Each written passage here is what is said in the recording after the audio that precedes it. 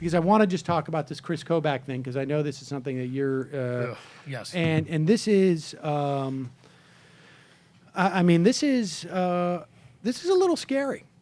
The chair of President Trump's Election Integrity Commission, Kris Kobach, who incidentally a judge just hit him with called him a fraud. I mean, he hit him with fines, didn't he? $1,000 fine for, quote, presenting misleading arguments in a voting related lawsuit.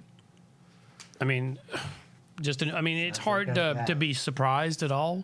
Only 1,000? You should be in charge of election integrity. That's right. Could have been worse. You have no idea how many fines I paid. I mean, obviously, the best example, you look at what these guys did in Wisconsin, where they took a state that generally was a left-leaning state, and I think you can go beyond. Some people have made an analysis about Hillary's run, but look at Russ Feingold and what happened there. And I'm telling you, one of the big reasons he lost that race is because the number of African-American votes in Milwaukee they suppressed and in many other parts of that state. Yep. And they're taking that as a model, and they're trying to take, it's been terrible in Ohio, too. It's just Scott Walker has been so far up the coke. My kids are here. It seems like, okay, this is what they're doing. They have sent a letter requesting their full voter roll data, including name, address, date of birth, party affiliation, last four social security number digits, and voting history back to 2006 of potentially every voter in the state. Now, my understanding is this is largely public material if you go and pay for it, right? This is the voter files. Right? You can get that in election, yeah. And that parties have available to them. So when you do direct mail, you do digital targeting, things like that, you can get this. Kobach says that any documents that are submitted to the full commission will also be made available to the public. Terry McAuliffe said, I have no intention of honoring this request. They don't seem to have any obligation, because this is just some commission. But I think a lot of it's intimidation is what it's about. It's not just about getting the actual voting numbers and rolls. It's what they always do when they have people standing outside of polls. It's we know what you're doing. All right, well, here is the thing. Okay, so it seems to me what they're doing is they're going to take all this information if they get it. They're going to put it in some big data file. They're going to say, look, this guy's registered in 2 different states. We have 15,000 examples out of the 140 million people registered to vote of people registered in 2 different states, half of which will be just people with the same names, right? But they're very careful about differentiating that. Well, this is what they did with that so-called cross-check. Right. And, there's some dispute as to the efficacy of that and how many votes were ultimately suppressed. But it certainly muddies the water. And if you want to just do it for a narrative, which is all this Election Integrity Commission wants to do, right, is to create a narrative that there's voter fraud. Yep. This is the way you do it. Sure. This is the way we just slap my name on it. We sell it to the rubes. I'm in on the con. Yeah. I'm in on the joke. The joke. Right. If they, I wish, I'm just like to think back if President Obama had done this exact thing, but he'd also added in. Also, can you also include which of your households own guns? Right. I was going to say he grabbed everybody's guns. That would have been fantastic. We're just going to do a random sweep of all registered white voters in the country. Just random. Yeah, exactly. Just random. Let's see who we got there. I'm in on the joke.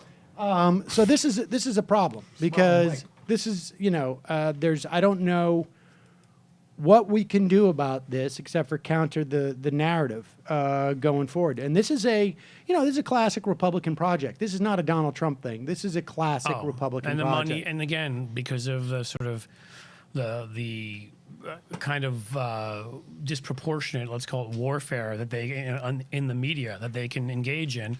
It'll be all over Fox. It'll be all over talk radio, and it'll force its way into mainstream media. A classic Republican project. Can you guys go slow with Ezra? Yeah, He's just getting the healthcare bill I can't digested. believe. I mean, I thought this whole thing It's with the firing of the attorney generals was just a sort of an aberration. I know. I thought that whole Iraq thing, it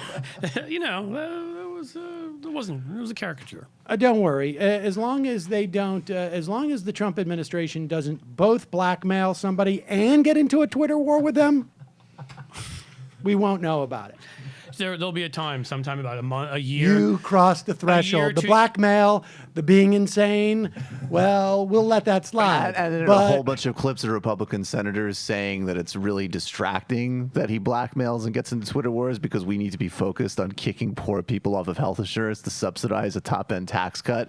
Then I'll realize it isn't a caricature. A year or two down the road, Ezra will be reporting and be like, so yeah, a few of my friends started having to wear yellow stars. Until then, I thought it was a caricature of a right-wing position. It turns out I was wrong. No, 1930s Germany, Ezra. People are so hysterical about them. I mean, I disagree, but I think we can all have a civil debate for caricature. You know what? As I get sent to Auschwitz, I think maybe the caricature was right about Hitler. Sure. I'll stay on this side of the street. I know I can't shop in there. Total but that's character. okay. Total character. I got completely character. thrown off because his Sure. mustache was so big. That's right. They always made out his mustache to be Sure. so big, much bigger than the rest of his head. His head was It's tiny. not my his big politics, mustache. but why can't we have a civil Classic agreement? thing at I the have to bar close down my mitzvahs stall where they and move to this place. I where they believe they call draw it the the ghetto. faces at the bar mitzvahs. But and that's the all good. mustache They gets took so all of big. my family's possessions, and I'm in the ghetto, and I'm starting to think the caricature might be true. That's true. They asked for. I thought my gold teeth. Why do you need them? When will he pivot, though, is really the next question. Oh, labor time? Okay. Hi, folks. Sam Seder here. We still need your help on our Patreon page. YouTube ads have come back, but not nearly as much as we had before. So if you can help us out, any little bit helps. Head over to our Patreon page right at this URL, and you'll help us keep helping you by making videos